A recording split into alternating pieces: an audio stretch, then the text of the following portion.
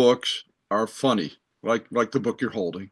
Yes. Four of them are novels. After I did my first book, I got some encouragement for some real writers, and I decided to write a novel.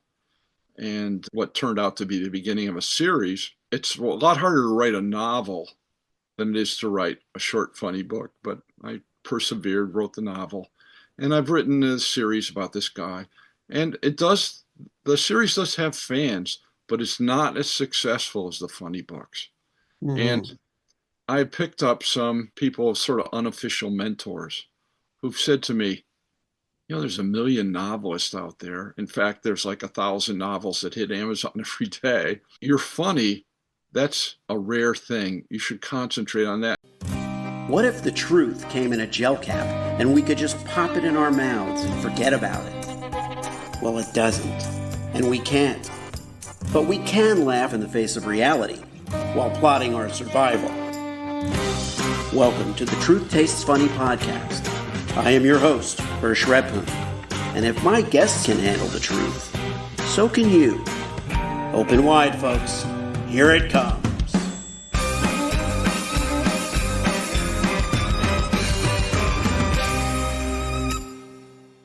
My guest today on Truth Tastes Funny is Jim Flynn. We will be talking about his book, You Look Good for Your Age, in a moment. He worked in the financial industry for 35 years, retired. He's on a 29-acre farm with his wife and two horses in Northwest Connecticut.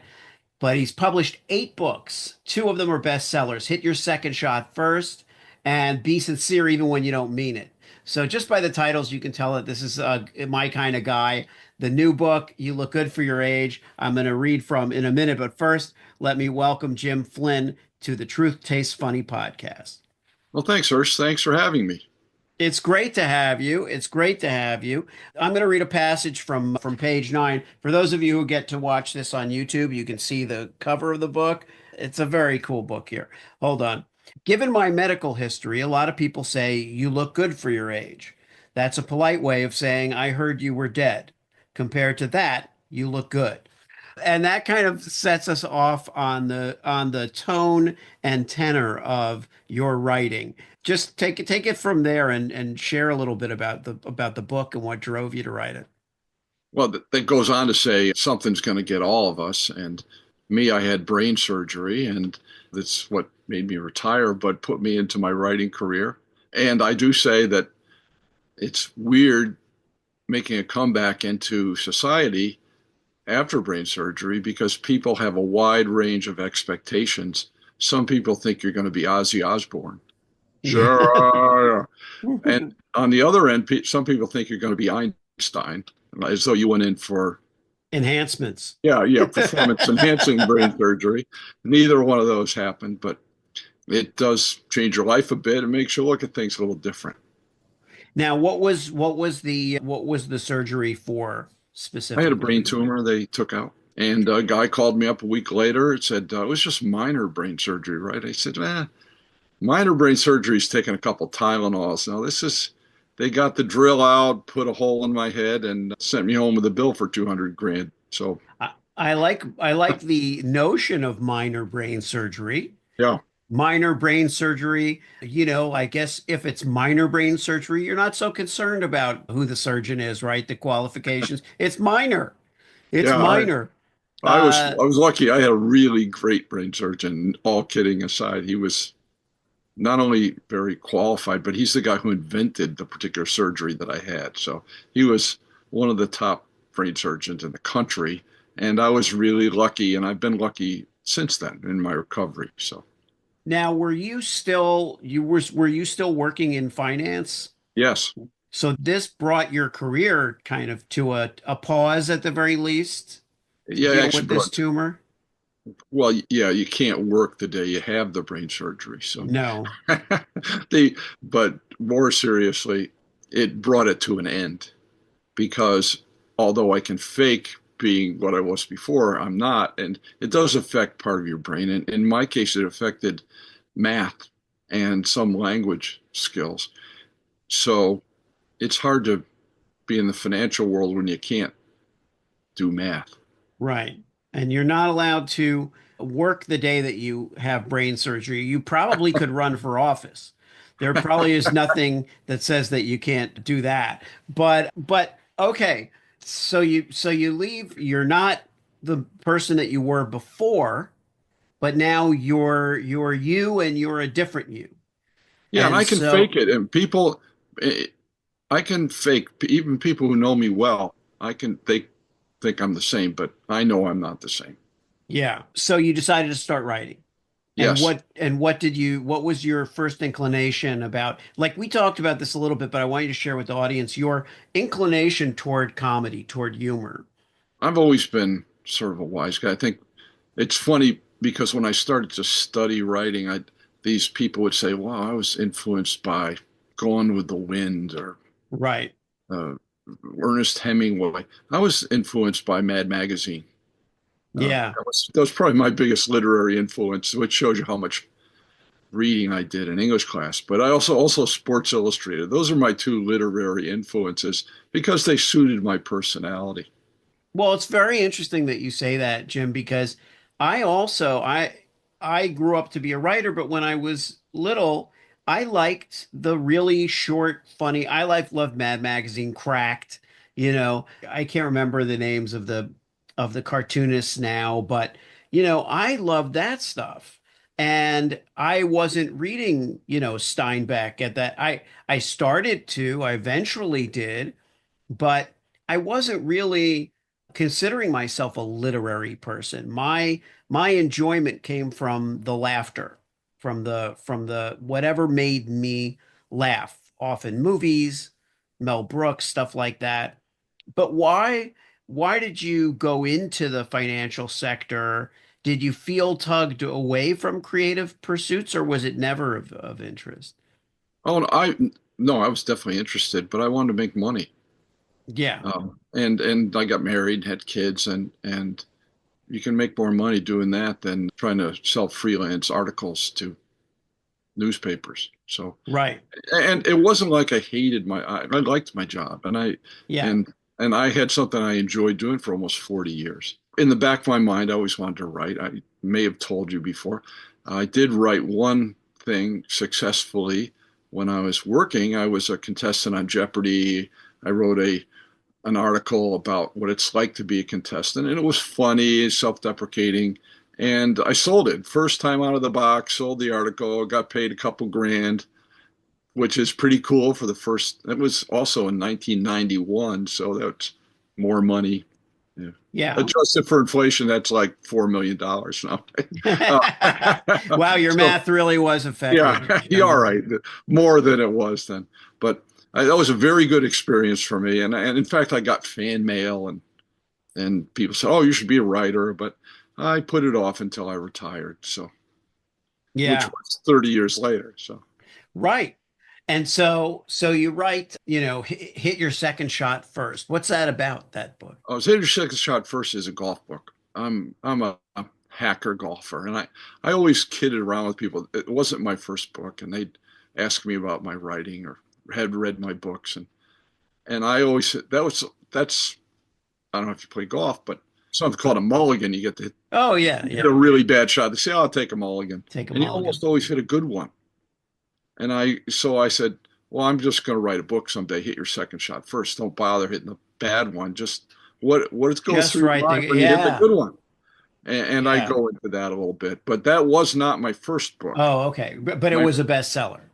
That was one It of the was, best sellers. It still yeah. is. And being a golf book helps because people search for it, and it isn't as competitive as novels. Yeah. So, it's a niche, and people, Christmas time and Father's Day are the times when people buy this book. What can I get, Dad?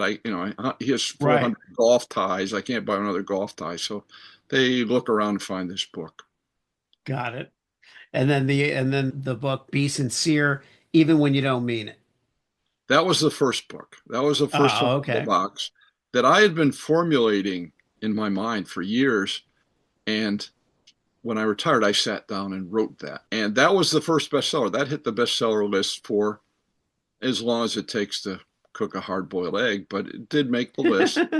I don't know if you've published anything on Amazon. They're not very sympathetic. They're out to make money, and Yeah. they do it by their bestseller list is by the day. So if you're on Tuesday and you don't sell many books or any books on Wednesday, you're off. So I forget how long it took. I wasn't on there a long time, but I was on for a while.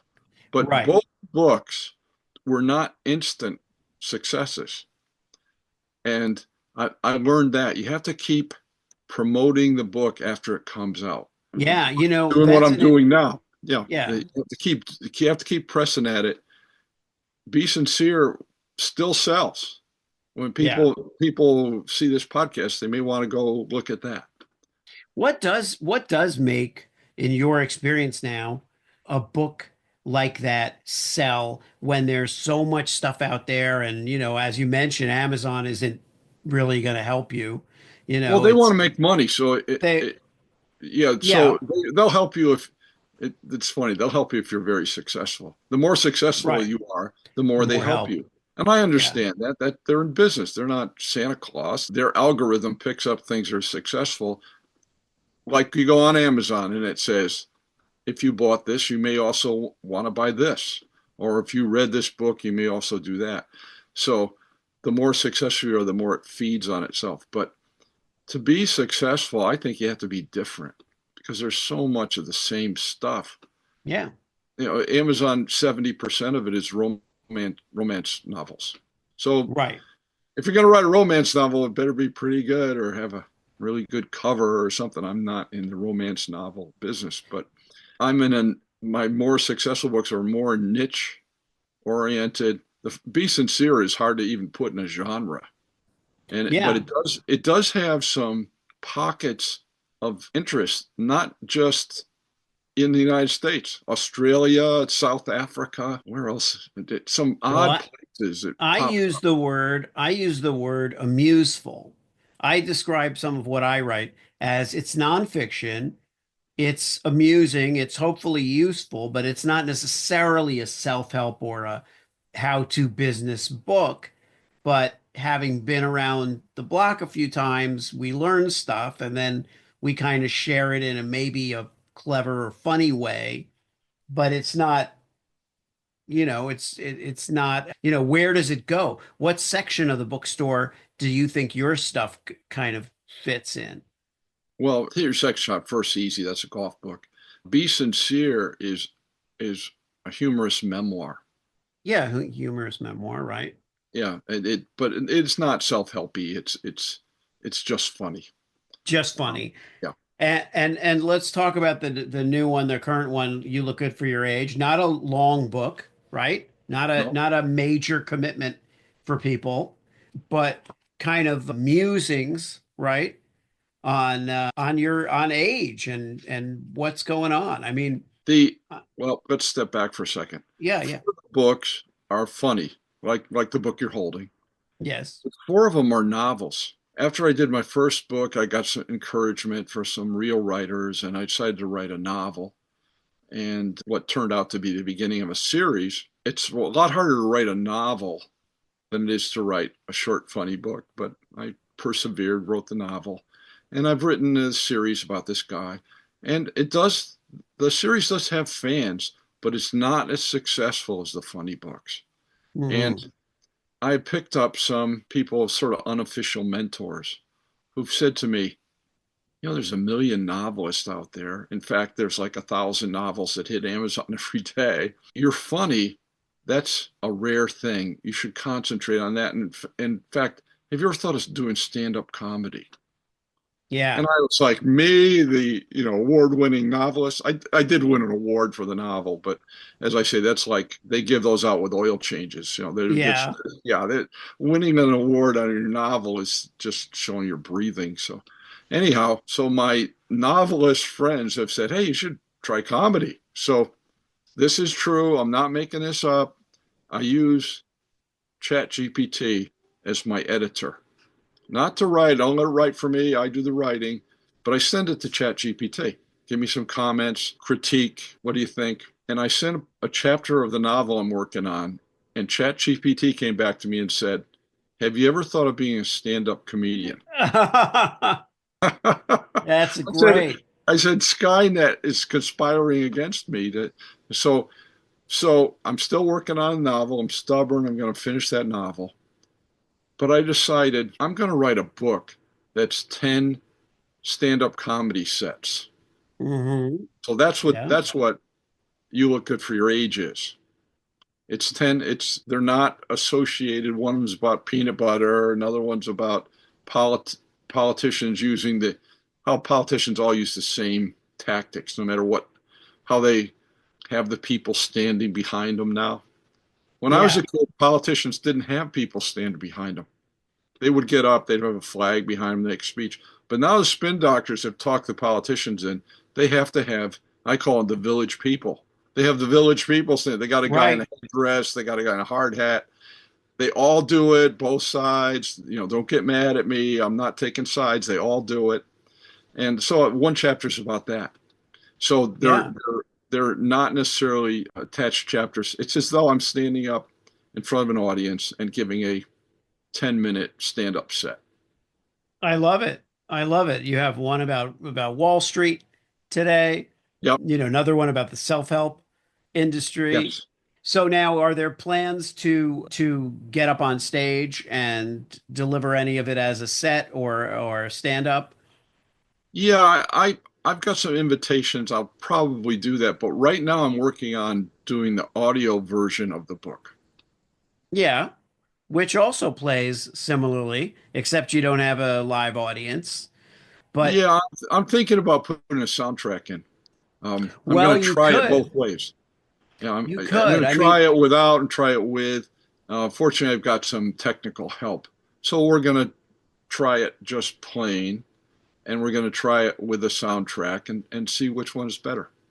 well, I love the idea of the soundtrack because you've written it with presumably the kind of beats in mind of stand-up comedy. Yes. How you deliver it will enhance it that much more. So having fun with it and adding, an audience might be really, really fun. Well, and that's what to explore more what ChatGPT said to me is the same thing that the human said to me.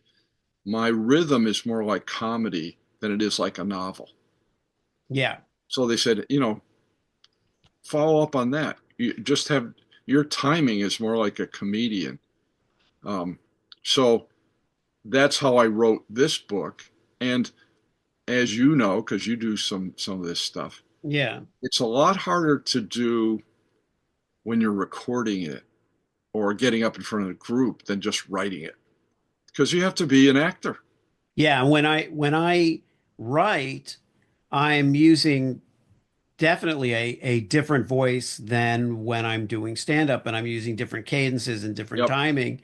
And in stand up, the the room is half of the thing because there's an energy in the room. You walk in the room and there's some kind of energy and you're playing off of it, responding to it. You're not really responding to the audience as participants, but you're definitely responding to their energy, yep. you know?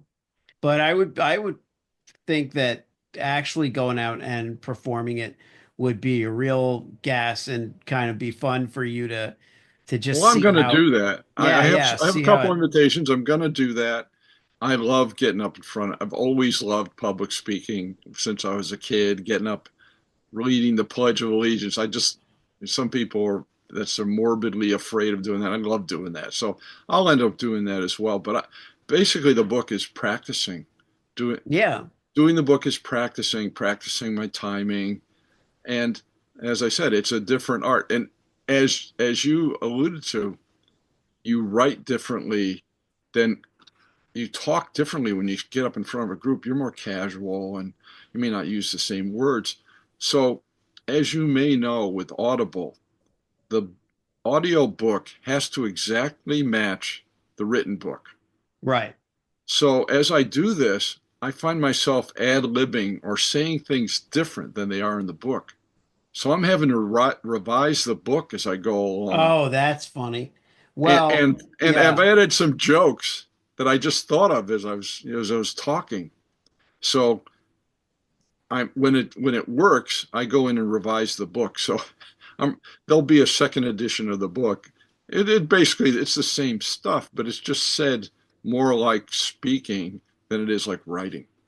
Yeah, that's funny because I could see that happening with something like this, where you go in, that's what happens on stage. You go and do the bits. A lot of comedians don't even write down what they're doing. They just develop it on stage. They go on stage, they develop it further, and then it becomes after, a year of touring with that show, that joke has now evolved. And so it makes sense that if you were doing a audiobook version of this, that you would be compelled to kind of evolve the joke a little bit. Well, yeah, I'm learning. This whole experience has been a great learning experience for me.